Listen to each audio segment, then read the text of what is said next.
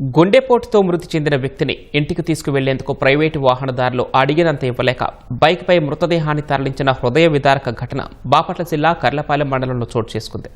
మరణించిన వారికి గౌరవంగా అంతిమ కార్యక్రమాలు నిర్వహించేందుకు అంబులెన్స్ల అందుబాటులో లేవని స్థానికులు అంటున్నారు.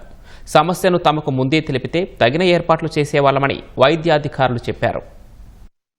బాపట్ల జిల్లా చింతయ్యపాలెం పంచాయతీ రాళ్ల చెరువుకు చెందిన నక్కా నాగేశ్వరరావుకు గుండె నొప్పి రావడంతో కుటుంబ సభ్యులు వెంటనే బైకుపై బాపట్ల ఏరియా ఆసుపత్రికి తీసుకువెళ్లారు. అప్పటికే నాగేశ్వరరావు మృతి చెందారని వైద్యులు చెప్పారు. మృతదేహాన్ని స్వగ్రామానికి తరలించేందుకు అంబులెన్స్ ఏర్పాటు చేయాలని వైద్యులను కోరారు.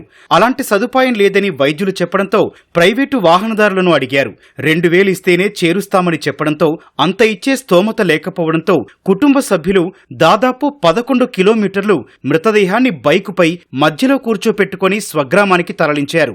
ఈ దృశ్యాలు చూపరులను ఆవేదనకు గురిచేశాయి. హార్ట్ అటాక్ వచ్చింది. ఎంత అడిగారు ఆటోకి? 2000 లేవు మీ దగ్గర? నాగేశ్వరరావు పొలాల్లో ఎరుకలు పడుతూ దొరికిన వ్యవసాయ పనులు చేసుకుంటూ జీవనం సాగిస్తున్నారు. కూలీ పనులు చేసుకుంటే గాని రోజు గడవని పరిస్థితి. అలాంటి పేదల మరణానంతరం వారికి గౌరవప్రదంగా అంతిమ సంస్కారాలు నిర్వహించేందుకు సరైన ఏర్పాట్లు లేవని స్థానికులు అంటున్నారు.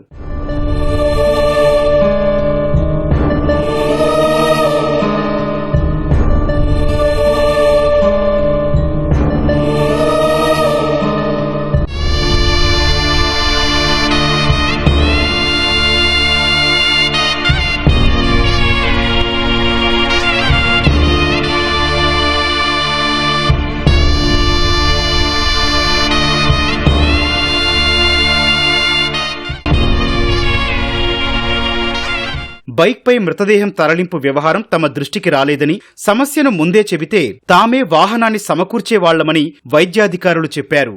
వాళ్ళు ఆ బాడీని ఆటోలో తీసుకెళ్తామని చెప్పినందువల్ల క్యాజువాలిటీ అని బాడీని హ్యాండ్ ఓవర్ చేశారు వాళ్ళకి. మీన్ వైల్ తర్వాత ఈ అన్ఫార్చునేట్ ఇన్సిడెంట్ జరిగింది.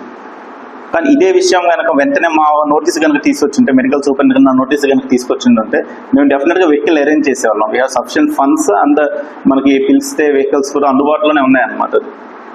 మా నోటీస్కి వచ్చింటే మాత్రం ఇన్సిడెంట్ అయితే జరిగేది కాదండి.